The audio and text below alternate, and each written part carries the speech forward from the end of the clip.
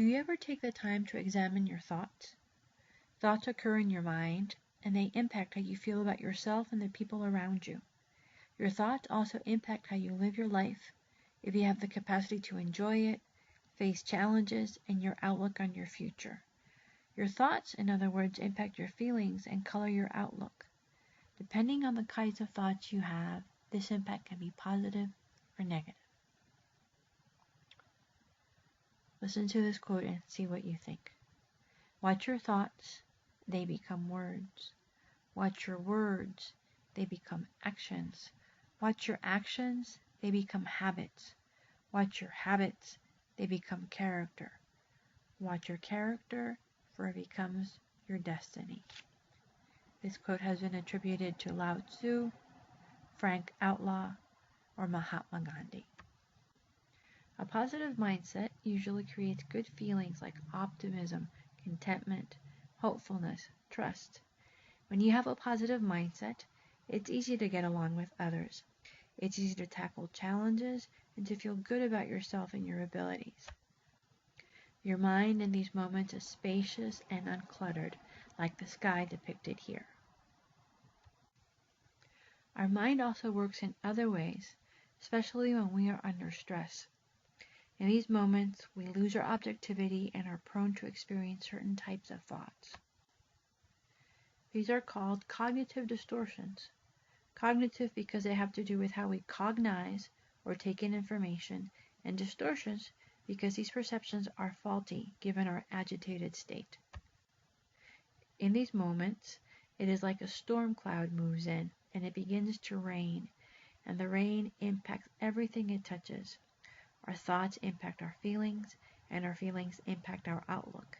Additionally, an agitated mental and emotional state also affects our physiology and stress reactions, creating a self-reinforcing and unhelpful cycle. We will look at 3 types of faulty thinking habits: black and white thinking, jumping to conclusions, and catastrophizing.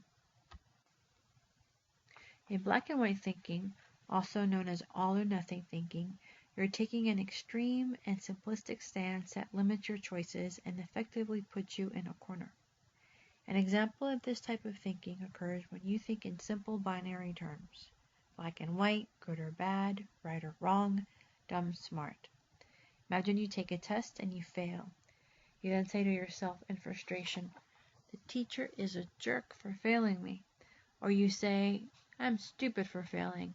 In either case, blaming the teacher, judging yourself, is a rather simple and unhelpful way of looking at the situation.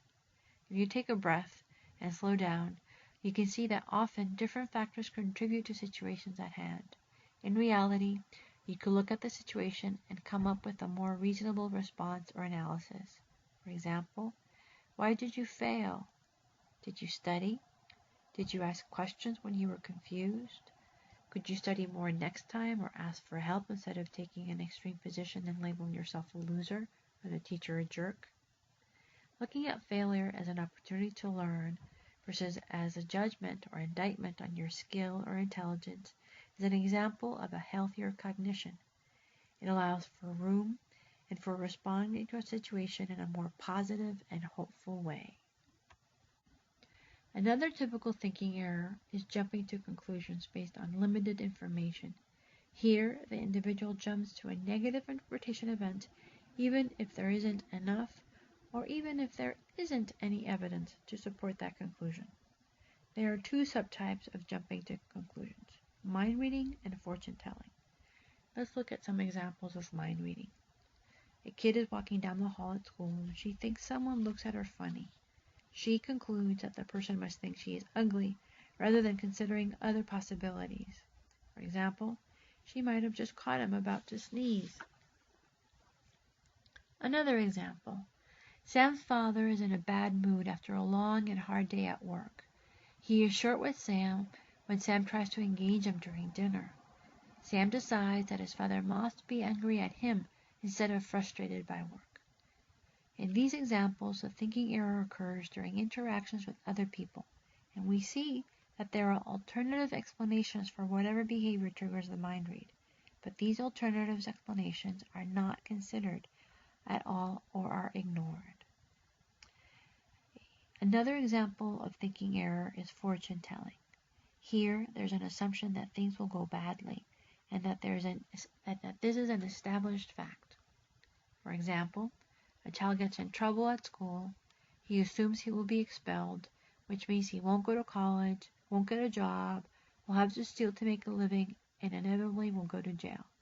He panics. A more common one is a child who's convinced he will fail a test. He therefore refuses to study because he knows it won't make a difference. So why bother studying? He does not study, and surprise, he fails. The third and last thinking error we will look at this time is catastrophizing, and this describes the tendency to focus on the worst possible outcome of a situation, or to make a mountain out of a molehill by allowing a small negative detail to become a major catastrophe. Sally does poorly on a single test at school and decides that her education is ruined, and she'll never get into college and will never amount to anything, ever. Molly is new in school. She introduces herself to a set of girls who reject her.